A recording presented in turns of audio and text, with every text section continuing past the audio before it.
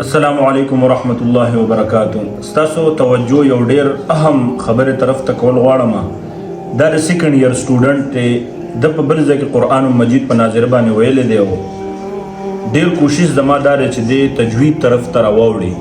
اوس د دا آیات وی ووهبنا له اسحاق ويعقوب، د ها په ځای باندې د ح وی څومره صریحه غلطي ده.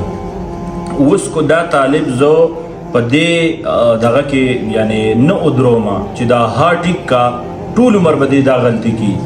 لہذا موږ او تاسو له پکار دی چې زموږ څومره شاګردان دي کو یو آیات ورته وایي کو نیم آیات ورته وایي خود تجوید سره وایي او طالب له چې نور ځینو ادروي او ورته وایي دا ټیک کا چې سو هغه لفظ هغه ټیک کړی نی هغه حرف هغه ټیک کړی نی مخې ته بالکل مه پرېږدئ. اگر چې هر څومره وخت کې دی قرآن مجید ختم کی یو پیره په ناظره باندې ختم پکار دی، لیکن په تجوید سره بهترین انداز سره.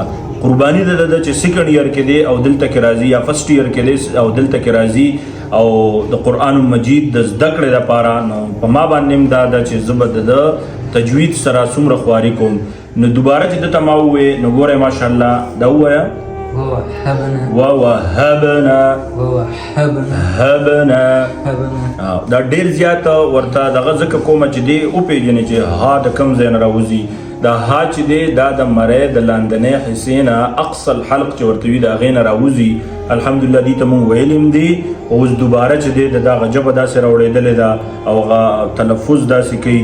انشاءالله تاسو هم کوشش کوئ چې خپل شاګردانو ته په داسې انداز کې سبقونه ښیئ چې انشاءالله ستاسو دپاره دا بهترین صدقه جاریه جوړه شي.